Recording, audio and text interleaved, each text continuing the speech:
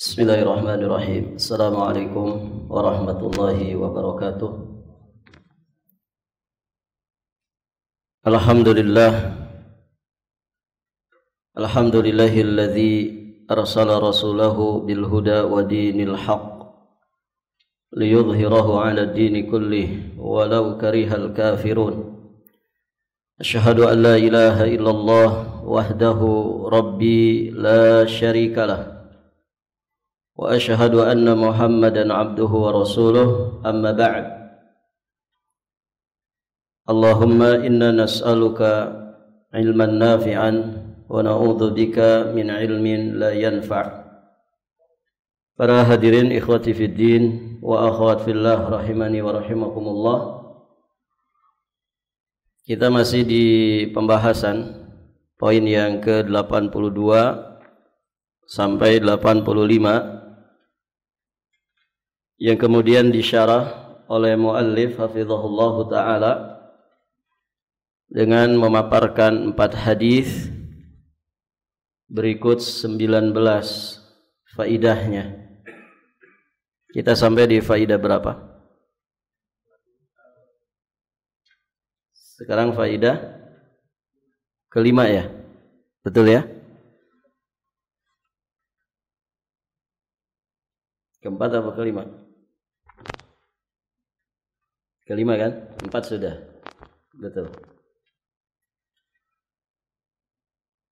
Qala al-muallif hafizahullah taala, ya di antara faidah dari faidah-faidah 4 hadis berkaitan dengan bid'ah, beliau katakan bahwa sunnah itu sebagai penafsir dan yang menjelaskan Al-Quran dengan rinci. Kita memahami dan mengamalkan serta mendakwahkan Al-Quran wajib dengan sunnah Rasulullah sallallahu alaihi wa alihi wasallam. Kalau sekiranya kita tinggalkan sunnah, apalagi seluruh sunnah ditinggalkan, ya seperti kelompok ingkarus sunnah, maka bersamaan dengannya berarti sejatinya kita telah meninggalkan Al-Quran dari awal sampai akhirnya. Karena Al-Quran itu berhajat kepada sunnah demi menjelaskan maksud-maksudnya. Sungguh semakin jelas bagi kita bahwa Islam itu adalah sunnah dan sunnah itu adalah Islam. Al-Islamu huwa sunnah was sunnatu hiyal Islam. Itulah perkataan emas yang pernah diucapkan oleh salah seorang imam dari imam ahli sunnah yang bernama Imam Al-Barbahari di awal kitabnya Syarhus Sunnah. Baik, dan pembahasan ini sudah kita paparkan, hadirin jamaah yang dirahmati Allah, di awal kitab ini, tepatnya di muqaddimah yang keempat. Baik, maknanya di sini bahwa kita tidak dapat memahami, mengenal, mengamalkan dan mendakwahkan Islam tanpa sunnah Nabi sallallahu alaihi wasallam. Maka dia berjalan bersamaan, satu dengan yang lain saling membutuhkan. Bahkan sebagian qaul mengatakan Al-Quran lebih berhajat kepada sunnah daripada sunnah terhadap Al-Quran. Dua-duanya wahyu dari Allah subhanahu wa ta'ala. Kemudian para jamaah di poin yang ke-6, bahwa bid'ah itu adalah sejelek-jelek atau seburuk-buruknya urusan. Ini yang disabdakan oleh Nabi sallallahu alaihi wasallam, wasyarrul umur muhdatsatuha. Kemudian yang ketujuh, bahwa bid'ah itu Nabi kita sallallahu alaihi wasallam telah menamakan bid'ah itu dengan muhdats. Muhdats itu sesuatu yang baru. Nah, yang dimaksud dengan perkara atau urusan yang baru ini adalah yakni fiddin, dalam urusan agama atau dalam urusan ibadah. Ini poin penting, hadirin jamaah yang dirahmati Allah. Karena sebagian orang tidak paham dalam masalah ini. Jadi beliau sampaikan, bukan dalam urusan atau perkara keduniawian. Karena hal itu akan berjalan dan berkembang sesuai dengan tingkat berfikir manusia dan juga kemajuan mereka dari zaman ke zaman. Contoh misalnya kendaraan bermotor, mobil motor, atau misalkan pesawat dan juga ya sebagainya. Yang pada masa Nabi SAW jelas itu tidak ada. Kendaraan saat itu hanyalah unta, kuda, keledai, dan binatang-binatang yang lainnya.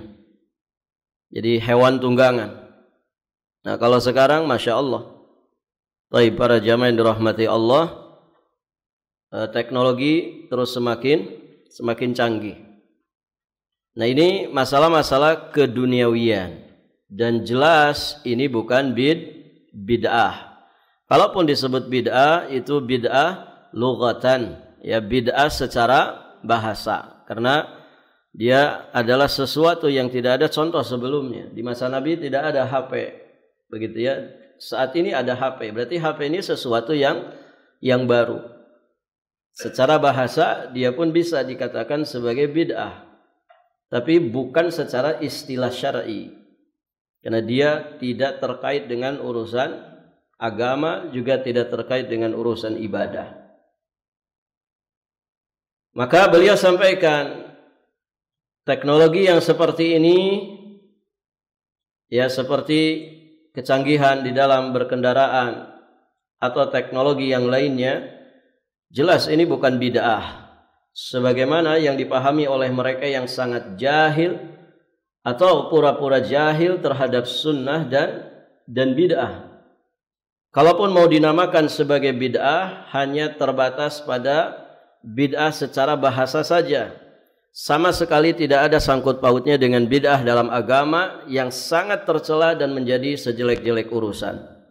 Baik, para jamaah yang dirahmati Allah, poin ketujuh ini sebagian orang tidak memahaminya. Ya, terutama mereka yang alergi dengan istilah bid'ah, dikit-dikit bid'ah. Kalau kemudian semua dibid'ahkan, ya kita ini nggak akan tersisa, begitu ya. Katanya ke haji juga harusnya jangan pakai pesawat, karena Nabi ya hajinya tidak pakai pesawat, pakai onta. Nah ini berarti kan tidak paham bid'ah. Itu sarana saja. Dan itu hal-hal yang sifatnya keduniawian. Baik, para jamaah yang dirahmati Allah. Kemudian berikutnya, bahwa setiap bid'ah itu sesat. Dan setiap kesesatan juga ahlinya, tempatnya itu di neraka. Wa kulla bid'atin dhalalah wa kulla dhalalatin finnar. Kemudian poin yang ke-9, sabda Nabi SAW yang mulia ini menegaskan bahwa tidak ada pembagian bid'ah kepada bid'ah hasanah dan bid'ah sayyi'ah, sebagaimana yang telah dibahas dengan panjang lebar pada akidah yang ketujuh. Ya, sudah berlalu jauh pembahasannya, ada di sekitar halaman 190 ke atas. Di situ beliau memaparkan tentang bid'ah hasanah. Baik, jadi tidak ada bid'ah hasanah. Sebab jika benar bid'ah hasanah itu memang ada, maka akan timbul sebuah pertanyaan besar. Apa pertanyaannya? Beliau sampaikan di sini. Atas dasar apa atau kaidah dan batasan yang mana kita putuskan dan tetapkan bahwa amal itu masuk ke dalam bid'ah hasanah? Jadi kaidahnya bagaimana? Begitu ya.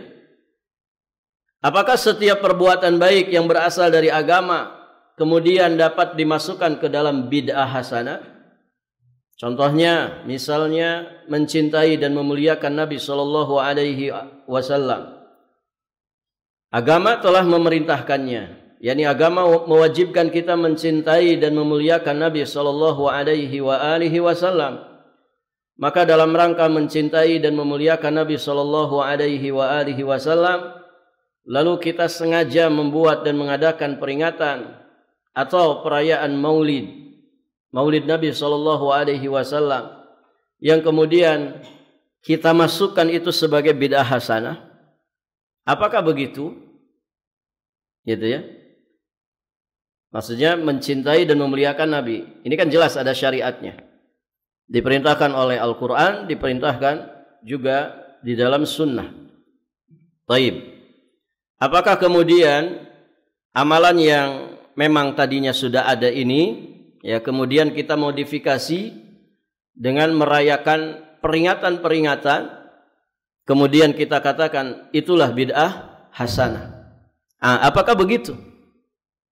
Atau contoh yang lain seperti bersalawat kepada Nabi sallallahu alaihi wasallam.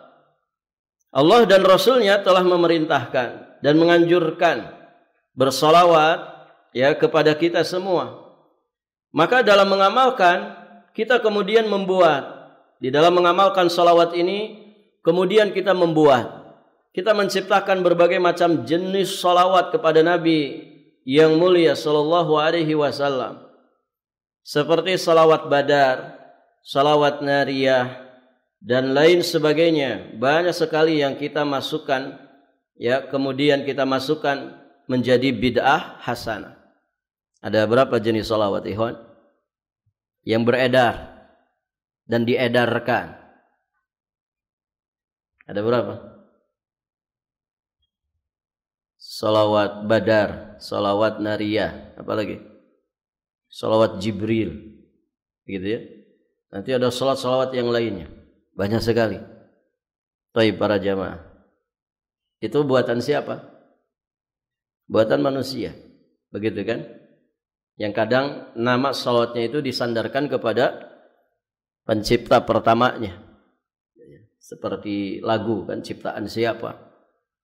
Taib para jamaah. Nah, apakah anjuran untuk bersalawat, kemudian ketika mengamalkannya orang bikin salawat-salawat sendiri dengan beraneka ragam jenis salawat dengan kalimat-kalimat yang mohon maaf ya, terkadang ketika orang tidak paham ternyata kalimat itu kalimat yang ghulu di dalam pujian kepada Nabi sallallahu alaihi wasallam. Kemudian cara-cara itu kita masukkan ke dalam bid'ah hasanah. Nah, apakah begitu? Gitu ya. Jika begitu jawabannya, maka akan timbul lagi sebuah pertanyaan. Ini pertanyaan yang ketiga, berurut ya pertanyaannya. Bisa dipahami ini tadi? Apakah berkreasi seperti itu kemudian kita masukkan ke dalam bid'ah hasanah? Kalau mereka menjawab iya, itu bid'ah hasanah, maka hadirin jamaah yang dirahmati Allah, akan timbul lagi sebuah pertanyaan yang tidak kalah besarnya dengan pertanyaan sebelumnya. Apa itu? Misalnya, bolehkah saya azan? Sehubungan bahwa azan itu adalah kebaikan yang sangat besar yang menjadi syiar Islam. Bolehkah saya azan kemudian saya iqamat ketika saya mendirikan sholat-sholat sunat atau sholat rawatib atau mengumandangkan azan untuk sholat tarawih? Begitu ya. Kalau yang tadi kan jelas ya, mencintai kemudian mencintai Nabi itu kan ada anjurannya. Tapi kemudian mereka modifikasi ini, mencintai Nabi itu harus dengan peringatan. Begitu ya. Walaupun sebagian ada yang mengatakan katanya peringatan ini bukan ibadah. Ya, tapi ini budaya saja. Saya kira tidak ada ya. Orang itu kalau peringatan kayak gitu, kalau ditanya pasti mau apa kalian? Mau ibadah, mau mencintai Rasulullah Shallallahu Alaihi Wasallam. Nggak ada orang kalau datang ke tempat begitu, mau kemana kalian? Mau melestarikan budaya. Nggak ada ceritanya. Ya makanya ketika kita ingatkan, mesti kan mereka ngomongnya apa? Apa salahnya? Di dalamnya ada ceramah. Apa salahnya? Di dalamnya ada baca Quran. Gitu ya. Berarti kan mereka menganggap itu kebaikan yang berpahala. Itu ibadah yang mulia. Begitu kan? Baik para jemaah. Nah, kita balik lagi ke pembahasan ini. Jadi kalau kemudian mencintai Nabi diekspresikan dengan peringatan. Ya, peringatan maulidnya. Barakallahu fiikum. Kemudian hadirin jamaah yang dirahmati Allah. Tadi yang kedua apa? Bersalawat kepada Nabi. Ya, kemudian kita mengamalkannya dengan cara bikin salawat-salawat sendiri. Ya, masing-masing orang, masing-masing ustadz, guru, kiai pada bikin salawat sendiri-sendiri. Ya, kemudian itu semua kita masukkan ke bid'ah hasanah. Nah, mereka ketika ditanya, yang seperti itu kan yang dikatakan bid'ah hasanah, kata mereka iya.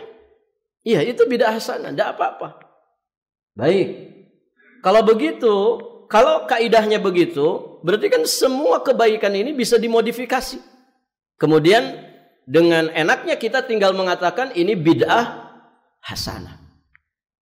Nah, contohnya tadi kita tanyakan ke mereka, ini kalau saya azan plus iqamatnya, setiap saya mau sholat qobliyah zuhur misalkan, qobliyah zuhur saya mau azan dulu, saya iqamat dulu. Baik. Nanti juga ba'diyah zuhur demikian, mau sholat duha azan dulu. Ya. Di sini azan misalkan jam 9 pagi. Orang-orang tanya, ini azan apa? Azan sholat duha. Gitu. Barakallahu fiikum. Kalau pakai kaidah mereka, jadi boleh enggak? Jadi boleh, ikhwan. Jadi boleh. Loh, azan ini loh syiar Islam, i'lan. Ya, kalimat tauhid yang dikumandangkan. Ada 2 kalimat syahadat yang dikumandangkan. Ngajak orang sholat. Apa jeleknya ini? Ini syiar Islam. Begitu kan? Kalau mau menggunakan kaidah mereka, rusak semuanya jadinya. Ya. Semuanya jadi rusak. Ya, mau taraweh, kita bikin kreasi yang baru. Ya, dan itu pasti viral kan? Pasti itu. Sebelum taraweh azan dulu. Bilalnya muazinin suruh azan dulu. Nanti mau mulai qomat dulu. Masya Allah. Hadirin jamaah yang dirahmati Allah. Kalau pakai kaidah mereka, ya harusnya mereka nggak boleh negur. Ini apa-apaan ini? Gitu. Kok ada tarawih pakai azan? Ada sholat duha pakai azan? Gitu. Apa-apaan ini? Kita katakan ini bid'ah hasanah. Kira-kira mereka nerima nggak? Mereka nerima nggak, ikhwan? Kalau mereka nggak nerima loh, kenapa antum memasukkan yang lain juga sebagai bid'ah hasanah dengan enaknya, asal comot, pokoknya yang sesuai seleranya bid'ah hasanah. Ini bid'ah hasanah. Berarti kalau begitu semua kebaikan, ya, kemudian kita modifikasi, ya, dengan enaknya tinggal kita katakan ini bid'ah hasanah, bid'ah yang baik, ya kan? Oh, rusak agama kalau seperti itu. Baik para jamaah. Kita bacakan apa yang disampaikan beliau. Kalau para pembuat bid'ah hasanah dan para penganjurnya bersama para muqallidnya menjawab, oh boleh. Karena memang itu masuk ke dalam bid'ah hasanah. Maka tahulah kita berdasarkan ilmu yaqin dari nur cahaya Alkitab dan Sunnah bersama perjalanan salaful ummah, tahulah kita bahwasannya kaum ini telah membuat agama baru di luar agamanya Nabi Muhammad sallallahu alaihi wa alihi wasallam. Itu kalau mereka menjawab, oh boleh, silahkan saja. Boleh, silahkan saja. Dan pernah saya sampaikan, saya pernah bertanya begitu, jawabannya boleh. Asli ini. Gitu. Sekitar tahun 2008 lah, 2008. Waktu itu masih zaman SMS. Jadi saya dengerin radio lagi bahas ini, bid'ah hasanah, bid'ah hasanah. Terus kan suka ada pertanyaan tuh di penghujung acara. Saya iseng apa namanya? Bertanya pakai SMS waktu itu ya. Belum ada WhatsApp. Baik para jamaah. Nah, kurang lebih pertanyaan gitu. Kalau taraweh Ustaz atau Idul Fitri kalau tidak salah yang saya tanyakan. Kalau yang penting itu baik kaidahnya, Berarti boleh dong Ustaz kalau saya azan, misalkan ada orang melaksanakan Idul Fitri diawali dengan azan, kemudian sebelum sholat iqamat dulu. Jawabannya di luar Nurul. Jadi dia jawab dengan mantapnya, oh iya boleh, silakan aja. Nah, ini namanya apa ikhwan? Apa namanya ini kayak gini? Jahal murakkab. Ya, bodoh kuadrat ini. Ya. Jahal murakkab, berfatwa tanpa ilmu. STU kata orang, sok tahu. Ya. Sebetulnya dia tidak tahu ilmunya. Tapi kemudian dia sok tahu. Sok tahu itu berarti dia tidak sadar bahwa dirinya itu bodoh. Kan ada orang bodoh, tapi dia sadar dirinya bodoh. Itu lebih mending. Daripada sudah bodoh, tapi sok pinter. Dia tidak sadar dengan kebodohannya. Yang satu jahil basit, ya. Yang satu jahal murakkab. Baik para jamaah. Ya sama yang berfatwa, ya.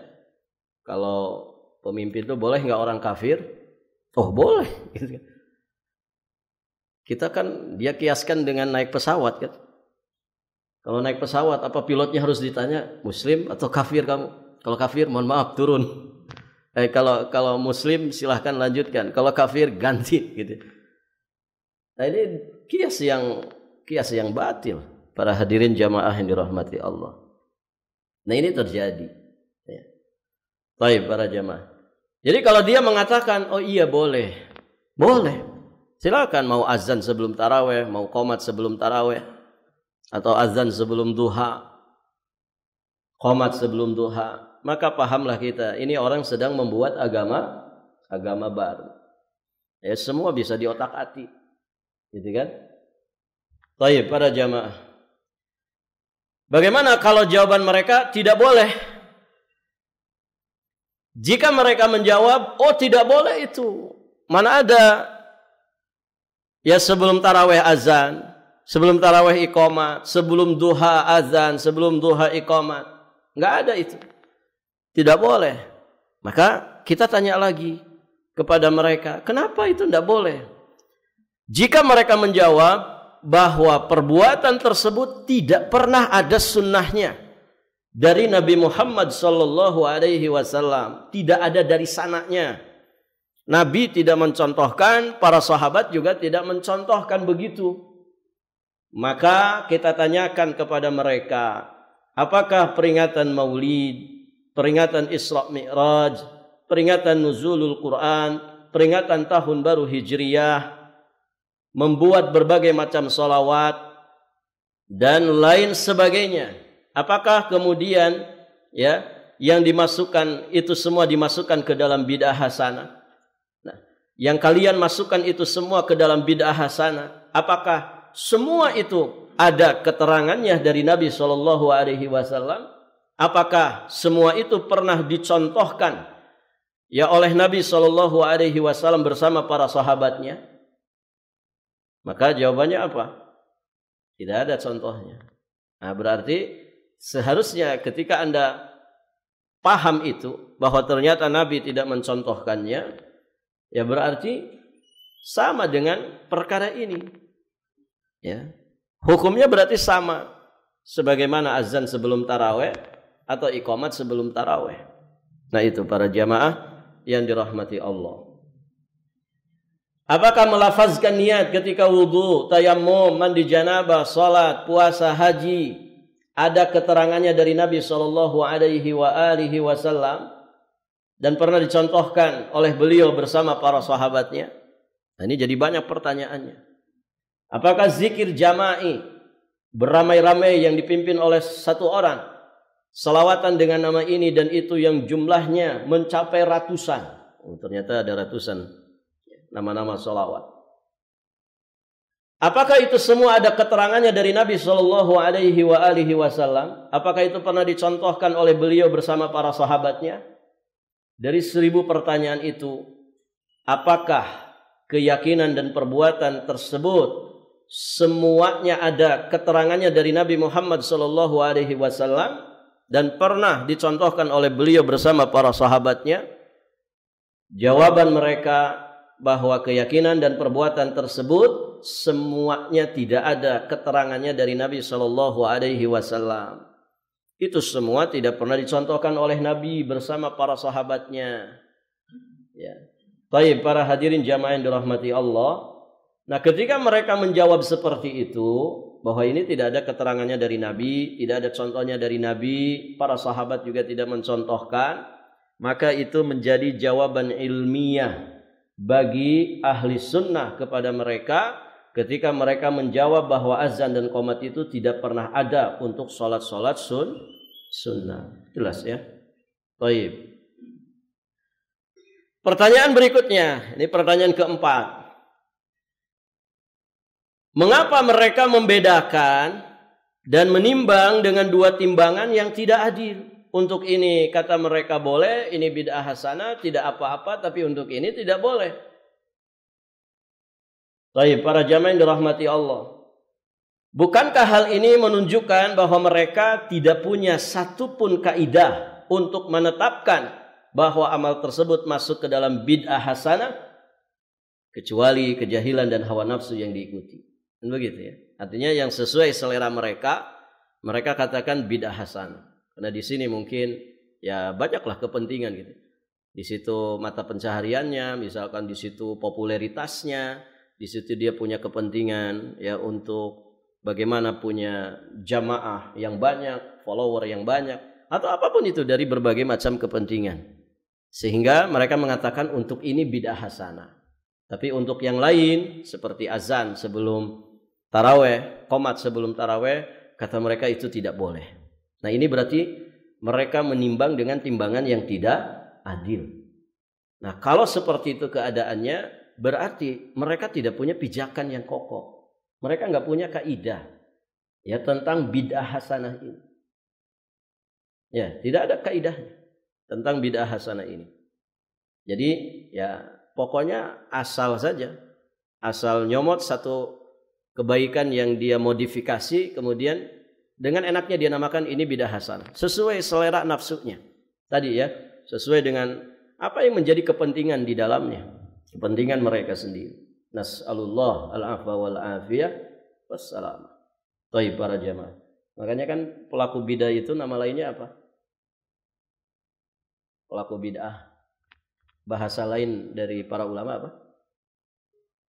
Ahlul ahwa. Barakallahu fiik. Ahlul ahwa. Mereka itu ya budaknya hawa nafsu. Ya, budaknya hawa nafsu. Ya begini modelnya.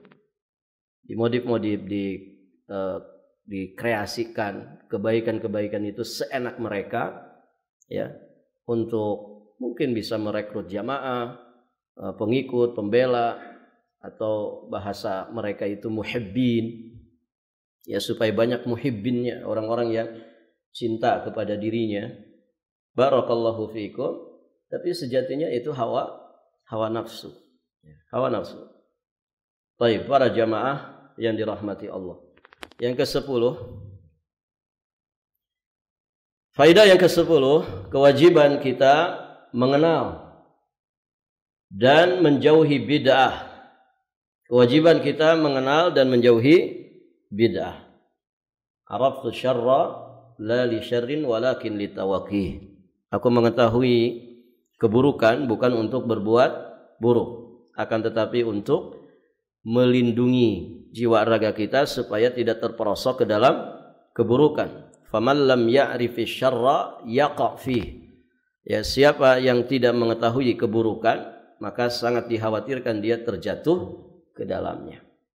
Maka kewajiban kita ya harus kenal tentang bid'ah supaya kita bisa menjauhi bid'ah. Yang ke-11, bahwa sunnah dan bid'ah selama-lamanya tidak mungkin bisa bersatu sebagaimana air dan minyak. Ya, tidak bisa disatukan. Taib para jamaah. Demikian juga ahli sunnah dengan ahli bid'ah dan ahli iftiraq, ahli perpecahan, selama-lamanya tidak akan pernah mungkin bisa bersatu. Al-arwah junudun mujannadah. Ya, ruh itu hadirin jamaah yang dirahmati Allah, junudun mujannadah. dia adalah seperti pasukan yang bergerombol. Burung pipit biasanya bertengger dengan burung pipit lagi. Burung gagak biasa bertengger dengan burung gagak lagi. Tidak ada burung pipit bertenggernya di burung gagak, gitu ya. Nah, demikian hadirin jamaah yang dirahmati Allah. Jadi tidak akan mungkin pernah bersatu. Karena itu seruan takrib, seruan pendekatan antara ahli sunnah dengan syiah, ini adalah seruan yang batil. Kita cari yang sama, singkirkan yang beda. Padahal yang kemudian dia dekat-dekatkan, cari persamaan itu ternyata yang satu ahli batil. Ya bagaimana kemudian bisa didekat-dekatkan? Dia jauh, ahlul batil dengan ahlul haq itu bainal masyriq wal maghrib. Tujuannya saja beda, begitu ya. Kepentingannya berbeda.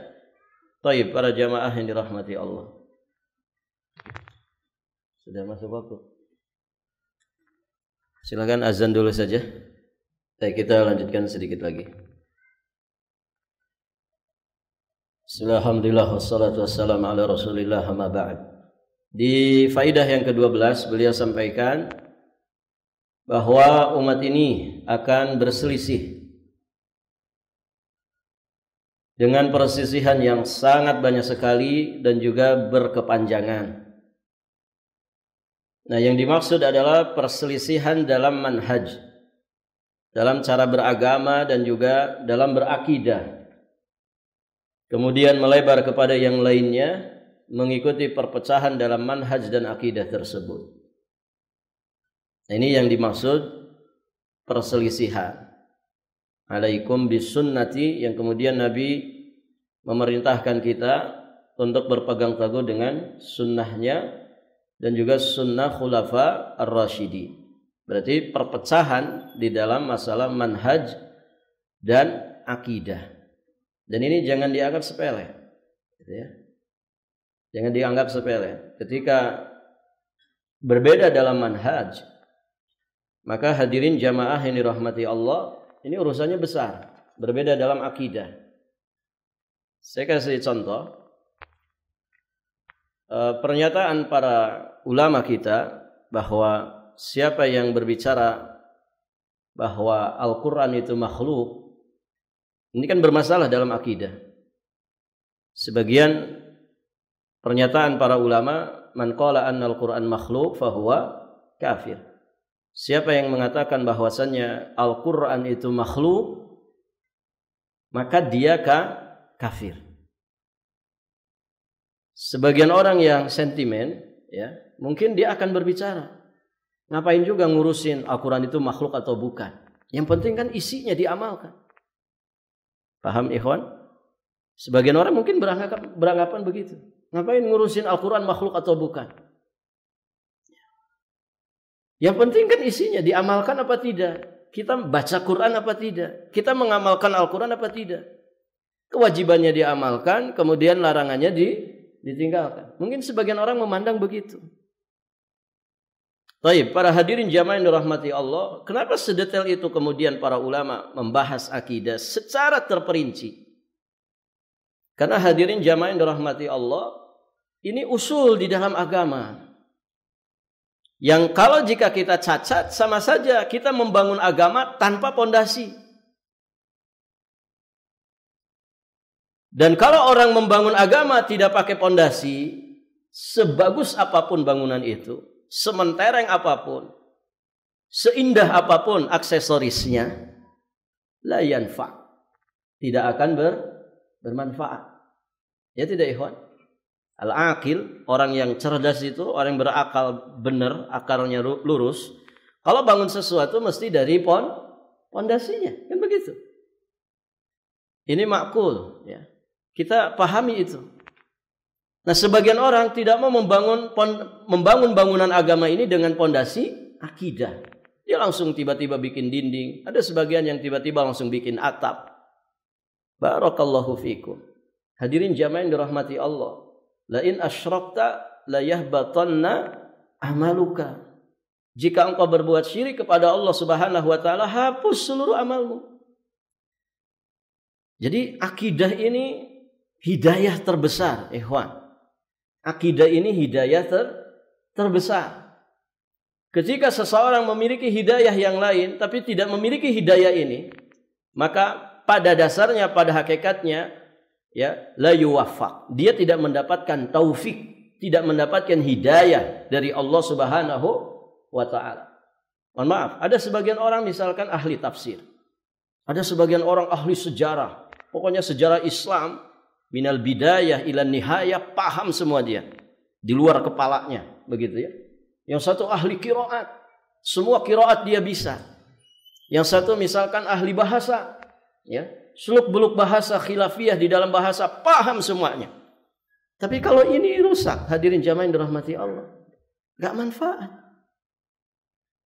Kalau akidahnya rusak, tidak manfaat. Dia jadi qadariyah, dia jadi jabriyah. Dia misalkan punya keyakinan yang rusak tentang Al-Quran, tentang Allah, tentang malaikat, tentang Rasulnya, maka tidak manfaat. Keahlian dia di bidang yang lain itu jadi tidak manfaat. Tidak manfaat bagi dirinya. Maka hadirin jamaah yang dirahmati Allah, di sini pentingnya belajar akidah. Makanya semua nabi dan rasul berdakwah dengan dakwah tauhid, karena ini pondasinya. Cukup seseorang itu, ya, ada kemungkinan selamat ketika dia menghadap kepada Allah tidak membawa keyakinan yang syirik. Ketika dia menghadap kepada Allah tidak membawa ucapan yang syirik, tidak membawa perbuatan yang syirik. Walaupun mungkin dia punya kelemahan, ya, punya dosa-dosa dan kesalahan yang lain. Selama orang itu menghadap Allah, ya, dengan tidak membawa dosa syirik, man laqiyani la yusyriku billahi syai'an, ya. Siapa yang menghadap Allah Subhanahu wa taala dalam keadaan dia tidak menyekutukan Allah dengan sesuatu apapun, ya, atau dia datang kepada Allah kemudian membawa dosa sepenuh bumi, ya, seperti yang disebutkan dalam hadis qudsi. Dia membawa dosa sepenuh bumi. Namun hadirin jamaah yang dirahmati Allah, dia menghadap kepada Allah dengan tidak membawa dosa syirik, la ataituka, ya, bi qurabil ardi la ataituka maghfiratan, ya. Maka Allah Subhanahu wa taala akan memberikan, akan mendatangkan maghfirah sepenuh bumi pula. Syaratnya apa tadi? La yusyriku bihi syai'an. Dia tidak berbuat syirik kepada Allah Subhanahu wa taala. Ini standar kelulusan, standar keselamatan kita nanti di kehidupan akhirat, ya. Maka keahlian kita di bidang yang lain itu jadi tidak manfaat kalau kita tidak paham akidah, ya. Maka akidah ini hidayah yang besar, hidayah yang besar. Hadirin jamaah yang dirahmati Allah, ya, jangan sampai kita jahil terhadap akidah ini. Barakallahu fiikum. Saya kira cukup sampai di sini, kita akhiri. Insyaallah nanti selanjutnya kita masuk di poin ke-13 dan seterusnya. Berarti sisa sekitar 7 poin faidah dari hadis-hadis tentang bid'ah. Kita akhiri, subhanakallahumma bihamdik, asyhadu an la ilaha illa anta astaghfiruka wa atubu ilaik. Hadanallah wa iyyakum ajma'in, wallahul muwaffiq ila aqwamit thariq, al-'afwu minkum. Assalamualaikum warahmatullahi wabarakatuh.